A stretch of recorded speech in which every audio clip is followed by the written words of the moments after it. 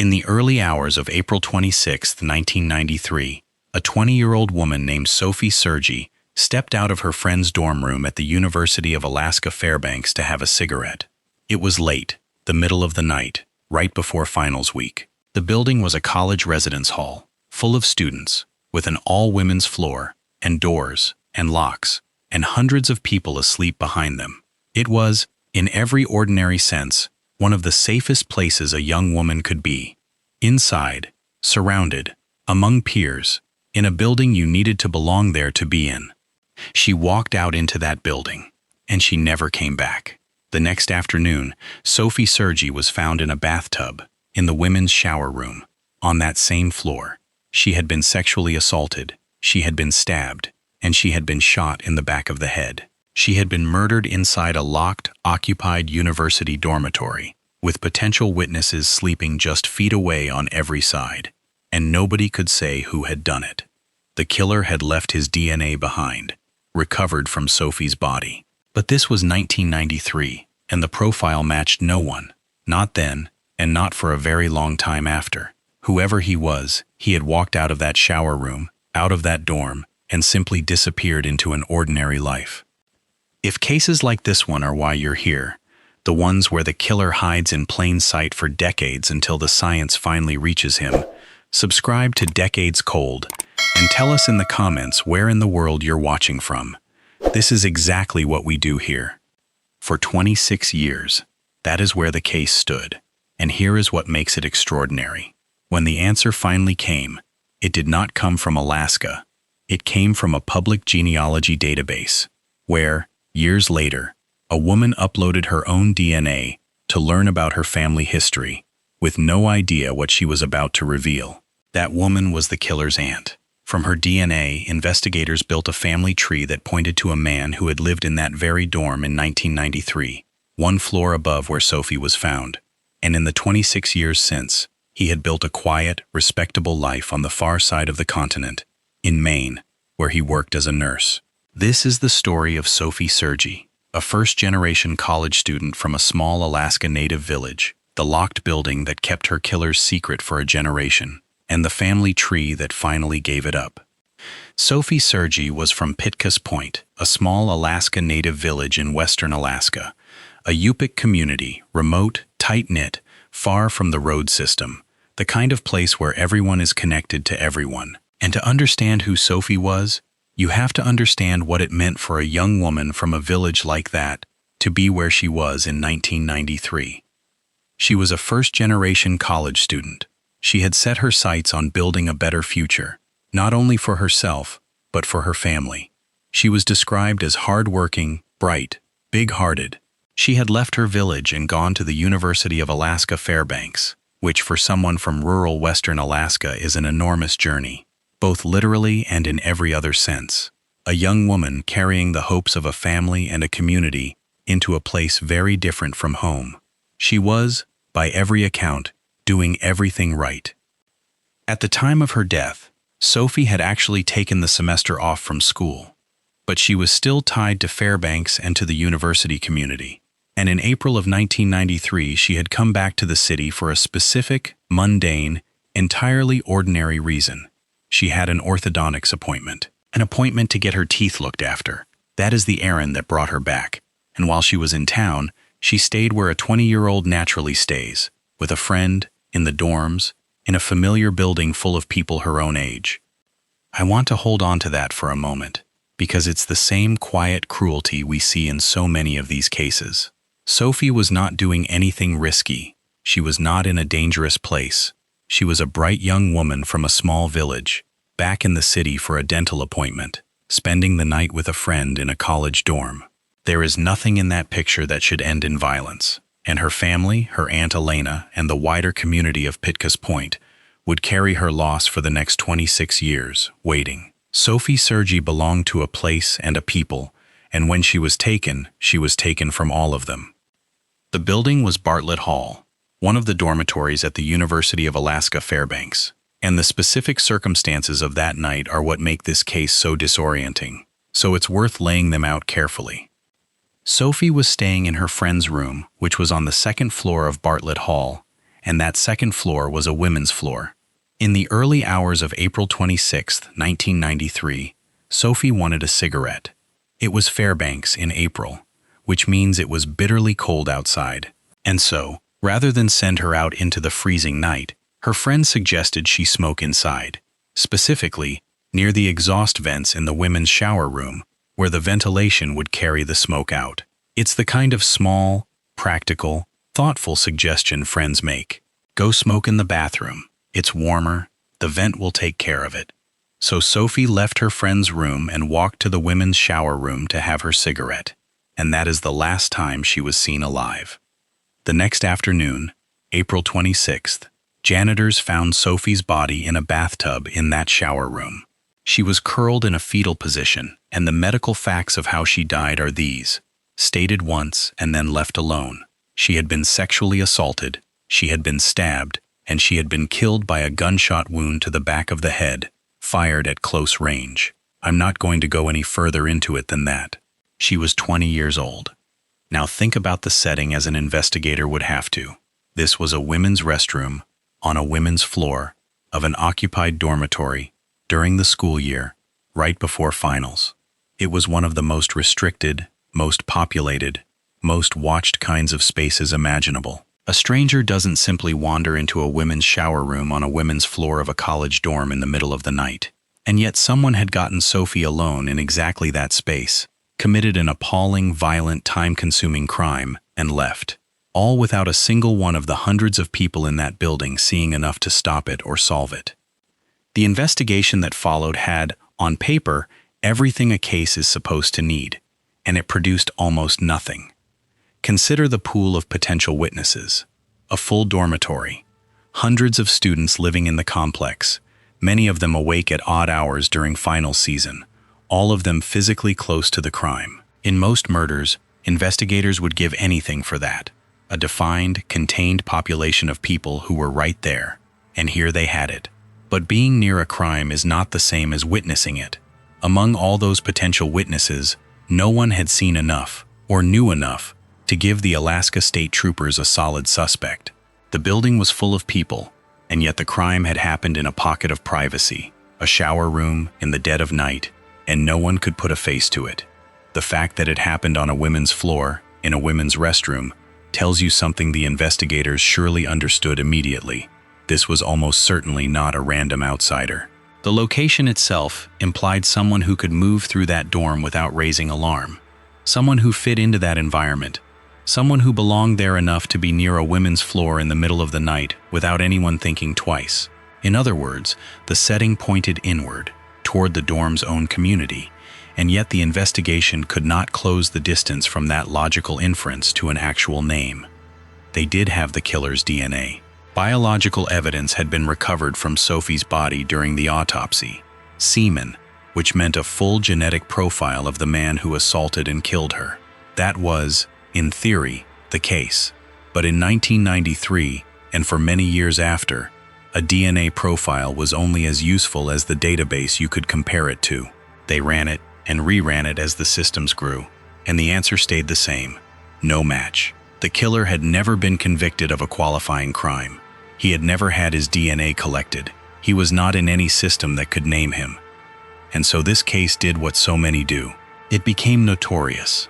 A young woman murdered inside a college dorm, unsolved. And it went cold. Detectives followed leads over the years and came up short again and again. For a quarter of a century, the file stayed open, and the answer stayed just out of reach: a perfect genetic profile of a killer who, as far as any database was concerned, did not exist. Let's sit with the specific frustration of this case, because it defines the entire long middle of the story. The Alaska State Troopers had the killer's exact genetic signature. From very early on, in forensic terms, they knew precisely who they were looking for, down to the unique code that belonged to one man on the planet. What they did not have was any way to convert that code into a human being with a name and an address. This is the wall that we've hit in case after case on this channel, and it's worth restating plainly because it's the reason genetic genealogy had to be invented at all. The criminal DNA databases, the systems investigators can search, only contain the profiles of people who have been arrested or convicted of qualifying offenses. If your killer is a career criminal, or if he offends again and gets caught, his DNA lands in the system, and your cold case can suddenly close with a routine match. But if your killer commits his crime and then simply stops, never gets arrested, never offends again, in a way that collects his DNA, keeps his record clean, then he is invisible. The most powerful evidence in the world is useless, because there is nothing to compare it to. Sophie Sergie's killer was exactly that second kind. For 25 years, every search of the databases came back empty, and the reason, we would eventually learn, is genuinely chilling in its ordinariness. After that night in 1993, he did not offend again in any way that would put his DNA on file. He had no criminal record before, and, as far as anyone could later establish, he committed no crimes after. By the measure of a database, he was a model citizen. He had done one monstrous thing, on one night, in one dorm, and then he had gone on to live a life so unremarkable that the system had no reason to ever look at him. That is the trap this case was stuck in, and the only thing that could break it was a method that didn't need the killer to be in any criminal database at all. A method that could find him through people who had never committed a crime in their lives, his relatives. The break came in 2018, and it came the way these breaks now come, not through the killer, but through his family. Investigators took the crime scene DNA profile, the genetic signature of Sophie's killer, preserved and developed over the years, and they turned to forensic genetic genealogy. The profile was run against a public, open-source genealogy database, the kind where ordinary people upload their own DNA results to explore their ancestry and find relatives. And it produced a hit, not the killer, a relative. Specifically, the analysis identified a connection to a woman who had uploaded her DNA profile to that open-source genealogy website, a woman who turned out to be the killer's aunt. Stop and picture that. Somewhere in the country, a woman decides she's curious about her family history. Maybe she wants to know where her ancestors came from. Maybe she's building a family tree. Maybe she just saw an ad and thought it would be interesting. She spits in a tube, she uploads the result, and she goes on with her life, with no idea, none whatsoever, that she has just planted the single thread that will unravel a 25-year-old murder. She was not a suspect. She had done nothing wrong. She was simply a person exploring her own heritage. And her DNA, sitting in that database, quietly announced that she was closely related to the man who killed Sophie Sergie. From that aunt, investigators did the genealogical work, building out the family tree, tracing the branches, identifying the relatives who descended from the shared line, and narrowing toward the specific person who matched the profile and fit the facts of the case. And the tree pointed at a man named Stephen Downs. And then came the detail that confirmed they were on the right track, the detail that must have made the investigators' blood run cold. When they checked Stephen Downs against the facts of 1993, the pieces locked into place. Stephen Downs had been a student at the University of Alaska Fairbanks. He had attended UAF from 1992 to 1996, and in the spring of 1993, he had been living in Bartlett Hall, the very dormitory where Sophie was murdered, on the floor directly above the one where her body was found. He had been right there, one floor up, the whole time. Here is where this case delivers its particular gut punch, and it's the reason it stayed with everyone who worked it. Stephen Downs had not fled to some remote hideout. He had not spent 26 years on the run, or in and out of prison, or leaving a trail of other crimes. He had done the exact opposite. After his years at UAF, he eventually returned to his home state of Maine, roughly 4,000 miles from Fairbanks, about as far across the country as you can get and still be in the United States. And there, he built the kind of life that draws no attention at all. He had no criminal record. He committed no crimes that anyone could find, and he became a nurse. Sit with that. The man whose DNA was recovered from the body of a young woman he had raped and murdered in a dorm bathroom spent the following decades caring for the sick. He worked as a nurse, tending to patients, hundreds of them, by his own defense's account, over the years. To everyone around him, in Maine, he was an ordinary, useful, unremarkable member of the community, a healthcare worker, a neighbor, a son. The person that, in another context, you would trust to look after you at your most vulnerable. This is the hiding in plain sight we return to on this channel, but it's a specific and especially unsettling version of it. It's not a killer hiding in a shadow.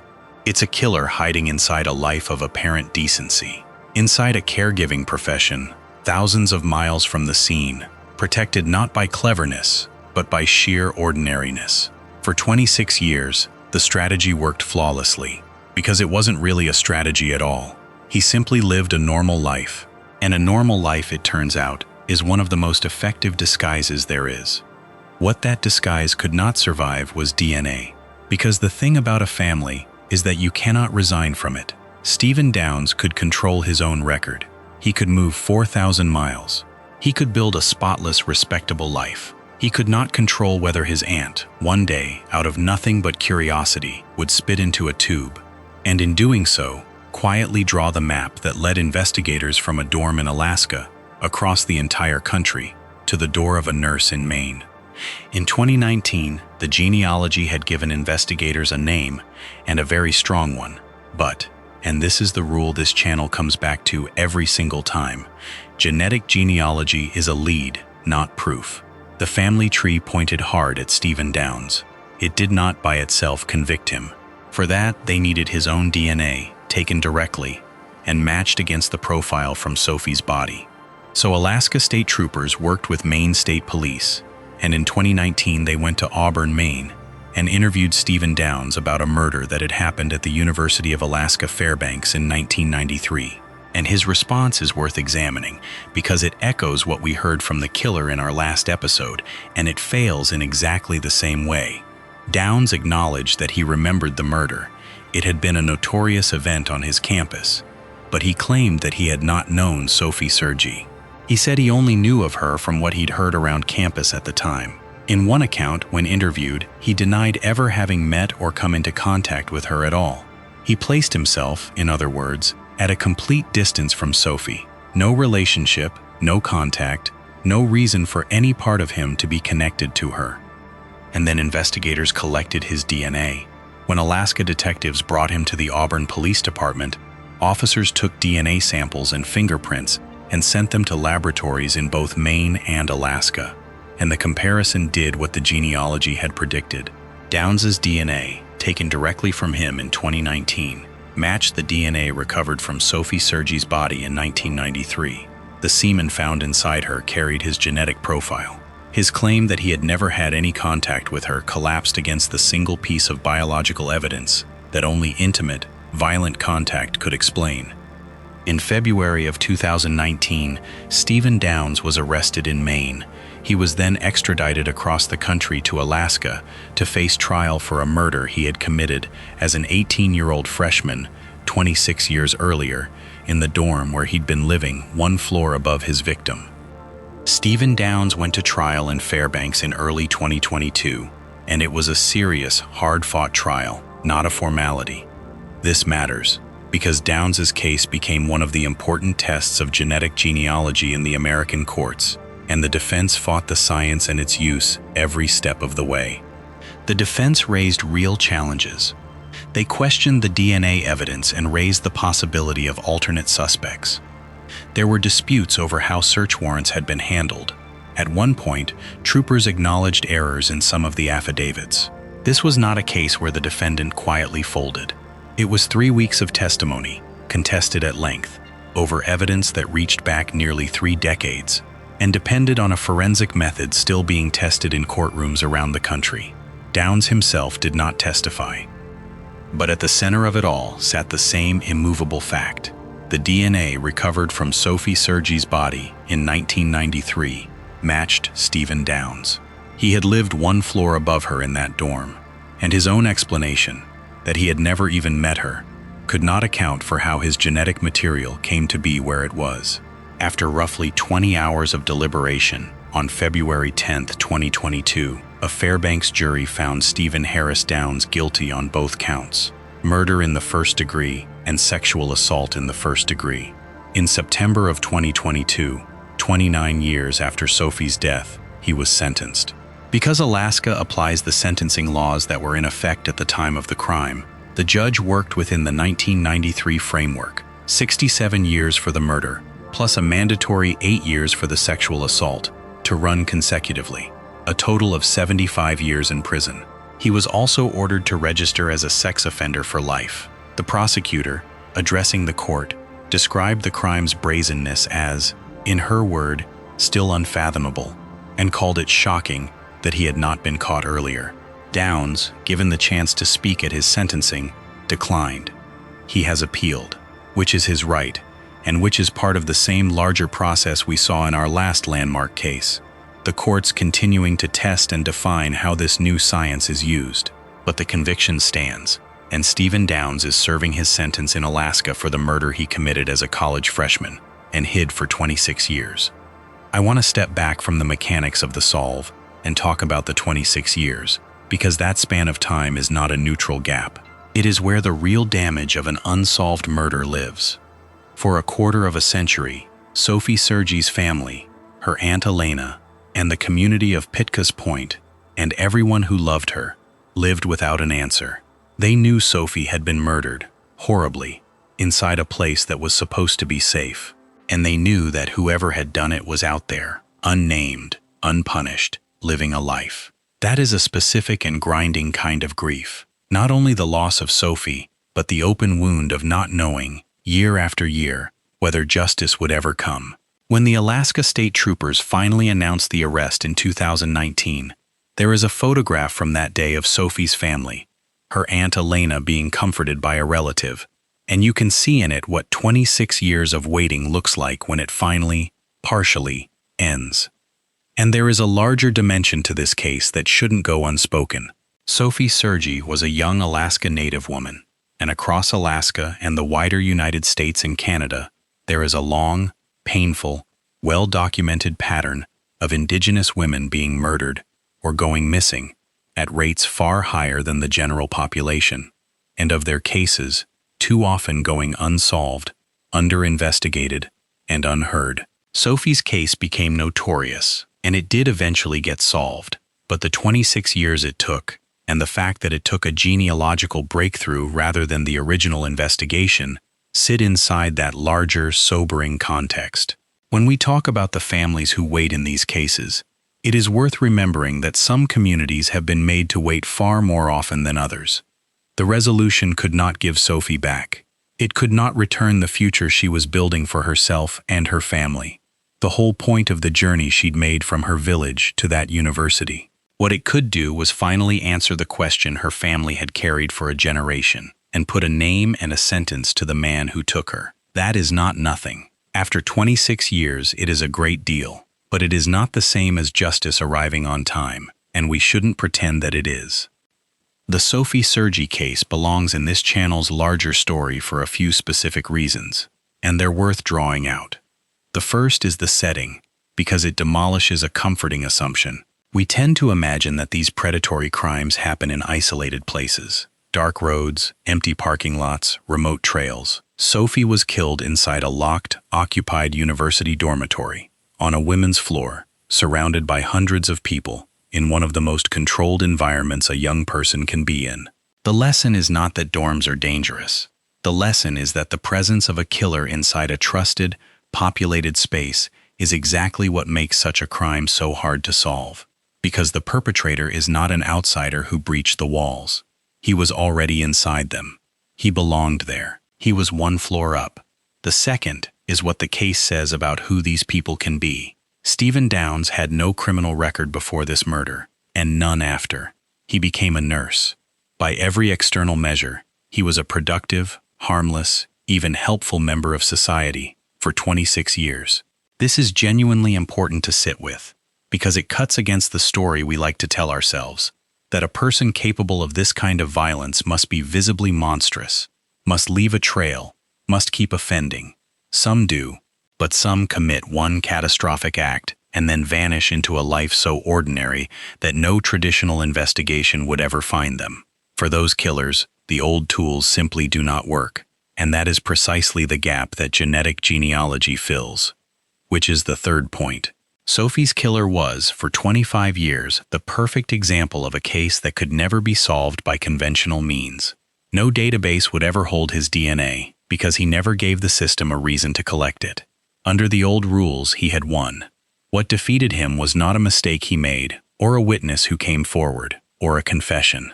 It was his aunt's curiosity about her own family, a thread he could not have anticipated, could not have controlled, and could not have severed. That is the quiet revolution this channel keeps documenting. The era in which a clean record and an ordinary life were enough to keep you safe is over. You cannot resign from your own family tree. A few things to carry out of this one. The first is about preservation, again, because it is the foundation under everything. The DNA that convicted Stephen Downes was recovered from Sophie's body in 1993 and developed and preserved through the decades until the world built a way to use it. Nothing about that evidence changed. What changed was the technology to read it, and the arrival of a method that could reach it through his relatives. Somebody collected that evidence carefully in 1993, when it could name no one, and somebody kept it. 26 years later, it was the entire case. The breakthrough gets the headline. The careful, unglamorous keeping is what makes the breakthrough possible.